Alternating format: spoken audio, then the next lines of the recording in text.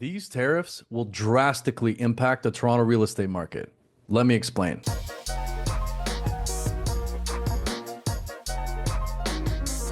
Hello. Thank you so much for watching. And if you get any value from this video whatsoever, please consider subscribing. Now, I want to preface this video by saying I am not an economist by any means. I'm just a Toronto real estate agent with a Bachelor of Commerce from the University of Guelph. Shout out to the Griffins, by the way. So take everything I say today with a grain of salt. So let's get into it. I've been having a lot of conversations with people, and it seems like some people are still confused as to what a tariff is. So let's break it down. A tariff is basically a tax that's imposed by the government of another country on imports and exports of goods. So I'll give you a specific example. Okay, say a Canadian company manufactures something like heavy machinery, and one piece of that heavy machinery is $40,000.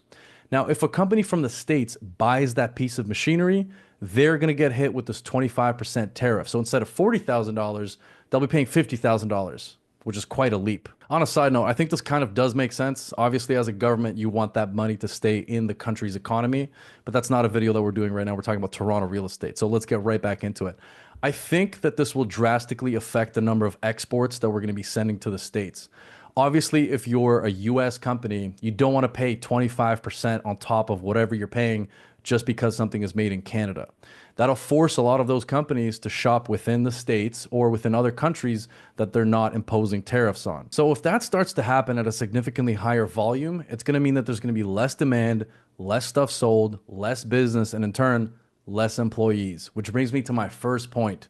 I think these tariffs will cause unemployment in Canada to go up. And by the sounds of it, the number one thing that's going to be affected is oil. Okay, I've been doing a ton of research on this. I'm a bit of a nerd. This is super interesting to me, but oil is our number one export to the States with, let me check the number again, just to make sure I have it right. The value of oil exported to the States is $128 billion. Okay, so slap a 25% tariff on that. What is that? That's close to $30 billion of tax that you're paying on there. 30, maybe slightly over 30. Let me see what 25% of 128 is. 32 billion. There you go. I was close. $32 billion of tax just on oil. Okay.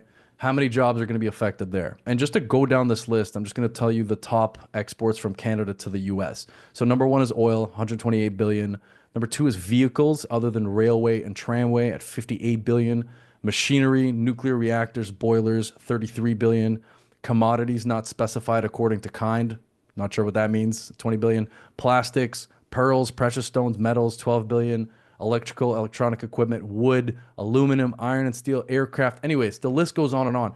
Basically, every industry is going to be affected by this. So 25% tariffs on all of these industries is going to mean significantly less demand. Companies from the States are going to be looking in the States for these things, or like I said before, in other countries that they're not imposing these tariffs on, which is going to mean that there's going to be less work for people in Canada. Unemployment's going to go up. There's a quote that I want to read here from the Bank of Canada's report about these tariffs. And the quote is, "Faced with less demand, Canadian exporters lower production and lay off workers. This, in turn, negatively affects the rest of the economy by reducing demand for goods and services that are not traded, such as housing and dining and restaurants." So there you go. They just mentioned housing right there. If job security is going to be an issue for people, they're less likely to transact in the Toronto real estate market. One BMO economist actually predicts that the unemployment rate will go up by 1%, which is insane. And Doug Ford was also on the record saying that there would be about 300 to 500,000 jobs lost in Ontario alone. Okay, those are huge numbers. Once again, people are not going to transact as much during these uncertain times. Obviously, it's really tough to say what kind of jobs will be lost. I just listed off all those industries. It seems like a lot of people are going to be affected, if not most people will be affected. But I don't think it's going to be that bad because companies from the States still have to purchase stuff from Canada.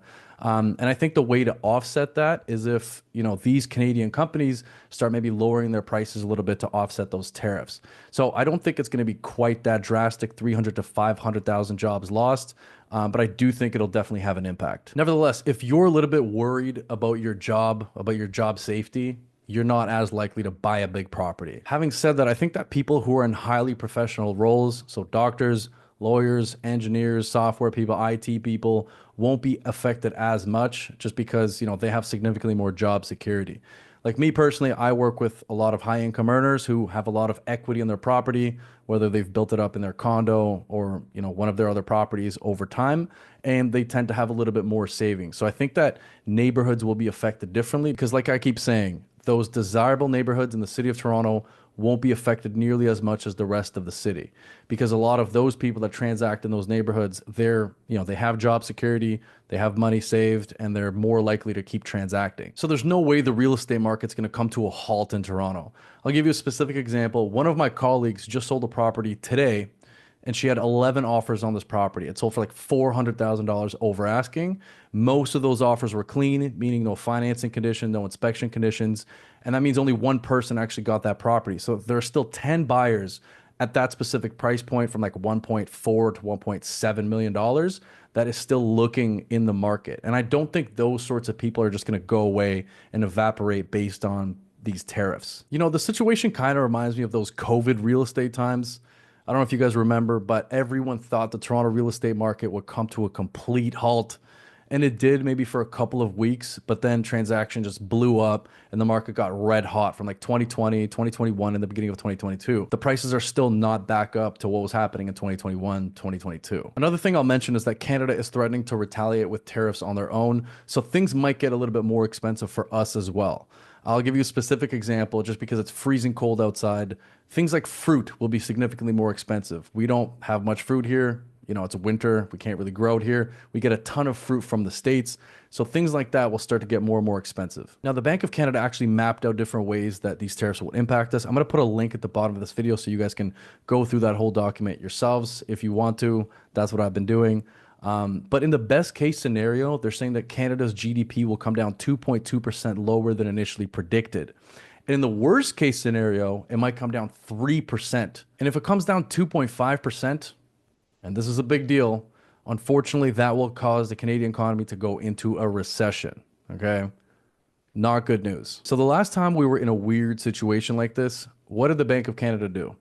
To stimulate the economy, they started aggressively lowering interest rates, which brings me to my next point. I think interest rates are going to come down drastically. BMO actually forecasted a 1.5% rate cut by the end of the year if the US actually imposes these tariffs. That's 6 rate cuts in a row and about 100 basis points lower than their original forecast, which expected the rates to come down to 2.5%. And again, this is if the tariffs actually get imposed. I think this will probably be a positive thing for the Toronto real estate market. There you go, some positivity for you, because that'll help a lot of people out that are on variable rates, such as myself.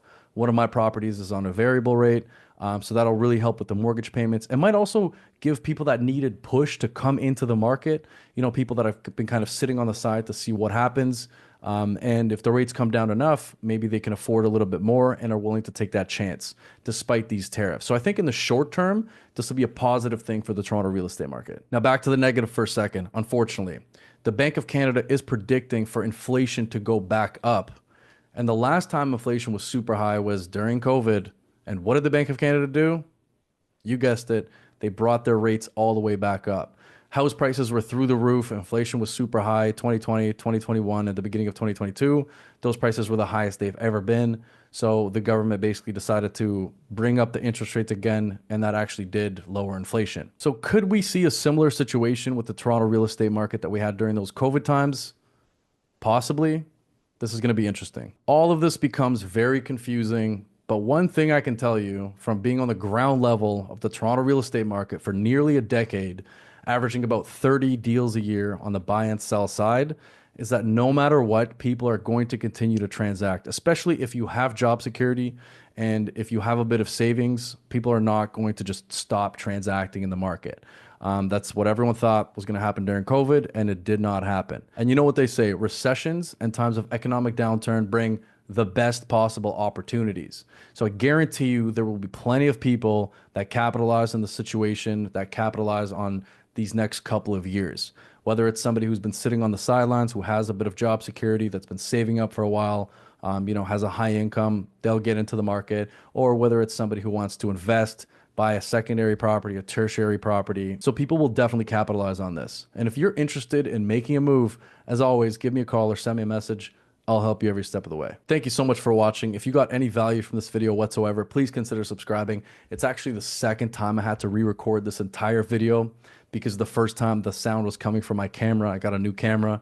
I thought that the first time was better, and the second time I was a bit all over the place, and I didn't even want to do it the second time. But nevertheless, thank you guys so much for watching once again, and have a great day.